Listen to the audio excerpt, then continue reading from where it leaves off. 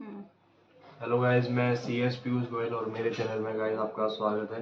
Guys, आज के video में हम डिस्कस करने वाले हैं, अगर आपके कोई शेयर्स हैं जो कि आईपीएफ में चले गए हैं तो उस केस के अंदर आपको जो आईपीएफ 5 फॉर्म फाइल करना होता है, उस केस के लिए उसमें क्या क्या डॉक्यूमेंट जो है आपको फाइल करने हैं, क्या क्या रिक्वायरमेंट आपको कंप्लाई करनी है। और जब आपका फॉर्म आईपीएफ 5 फाइल हो जाए तो उसके बाद आपको नोडल ऑफिसर को क्या क्या डॉक्यूमेंट भेजने होते हैं, इसके बारे में आज कंप्लीट डिस्कस करने वाले हैं। गाइस, जो आईपीएफ 5 फॉर्म के बारे में है वो प्रॉपर अभी नॉलेज स्प्रेड नहीं हुई है, जिससे कि जो इन्वेस्टर है जिसके की शेयर्स क्या है आईपीएफ में चले गए हैं उसको काफ़ी परेशानियों का सामना करना पड़ रहा है। तो इस केस में आज हम जानेंगे कि किस प्रकार से जो है आप आईपीएफ 5 फॉर्म फाइल करेंगे और उसके साथ क्या क्या डॉक्यूमेंट आपको अटैच करने हैं।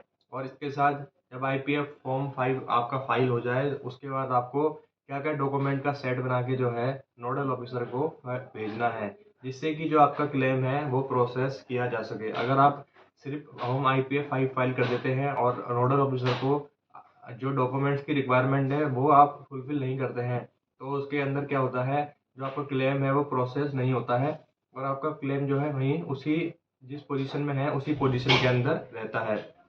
तो गाइस, चलते हैं स्क्रीन पे और डिस्कस करते हैं आपके साथ कि क्या क्या डॉक्यूमेंट्स की यहाँ पे रिक्वायरमेंट पड़ने वाली है।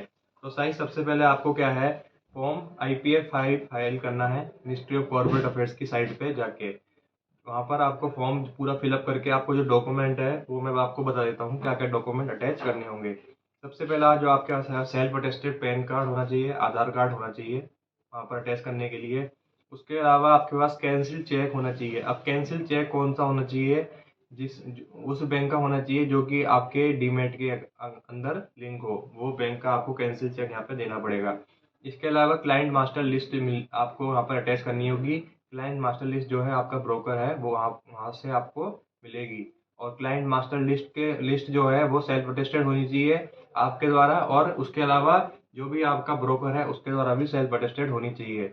अब तीसरी चौथा डॉक्यूमेंट आता है, आपने अगर शेयर्स फिजिकल फॉर्म में होल्ड किए हैं तो आपको वहाँ पर शेयर सर्टिफिकेट अटैच करने होंगे। जितने भी आप शेयर्स क्लेम करने जा रहे हैं उन सभी का शेयर सर्टिफिकेट अटैच होने चाहिए। उसके बाद अगर शेयर डीमेट में होल्ड किए हैं तो उस केस के अंदर जो है आपको स्टेटमेंट ऑफ ट्रांजेक्शन वहाँ पर क्या है अटैच करनी होगी, जिससे कि जो एमसीए है और कंपनी है वो ये वेरीफाई कर सके कि आप ही ओरिजिनल शेयर होल्डर हैं, और जिससे कि जो ओरिजिनल शेयर होल्डर है उसी को वो शेयर मिले।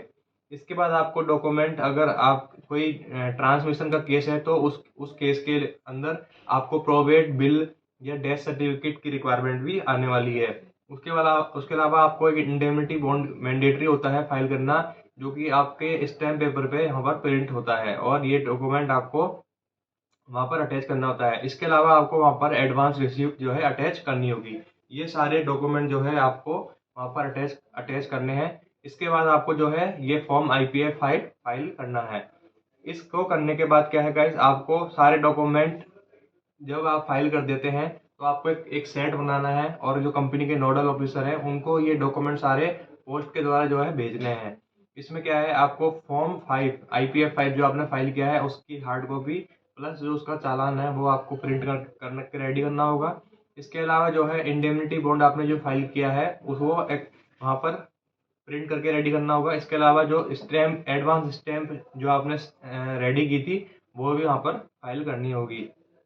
इसके अलावा जो ओरिजिनल शेयर सर्टिफिकेट है, जो अगर आपने शेयर्स अगर फिजिकल मोड में होल्ड किए हैं तो original share certificate, physical share certificate, अगर डीमेट में किए हैं तो स्टेटमेंट ऑफ ट्रांजेक्शन यहाँ पर लगाने होंगे। इसके अलावा जो आपने इंडेमनिटी बॉन्ड और एडवांस रिसिप्ट जैसा कि आपको बताया वो रेडी करनी होगी। ये सारे डॉक्यूमेंट जो है आपको आईपीएफ 5 फॉर्म के साथ नोडल ऑफिसर को भेजने होंगे। नोडल ऑफिसर जब ये डॉक्यूमेंट रिसीव करेगा तो उसके बाद अपनी वेरिफिकेशन रिपोर्ट जो है इशू करेगा मिनिस्ट्री ऑफ कॉर्पोरेट अफेयर्स को। मिनिस्ट्री ऑफ कॉर्पोरेट अफेयर्स ये डॉक्यूमेंट वेरीफाई कर लेती है और ये वेरिफिकेशन रिपोर्ट में ये मिलता है कि आपने जो शेयर्स क्लेम किए हैं वो आपके नाम पे ही रिकॉर्ड हैं। तो उस केस के बाद जो है शेयर्स आपके रिक्रेडिट कर दी जाएंगे आपके डीमैट अकाउंट में। It will take around 4 to 5 month, ये 4 से 5 महीने का प्रोसेस होता है अगर कंपनी ज़्यादा डिले नहीं करती है तो। इस पीरियड के अंदर जो है आपके शेयर्स इजीली रिकवर हो जाते हैं। फिर भी गाइस आपको कोई इशू आता है तो हमारी स्क्रीन पे नंबर चल रहे हैं, तो आप हमसे कनेक्ट हो सकते हैं, आपका कोई भी इशू हो उसको डिस्कस करने के लिए। Thank you.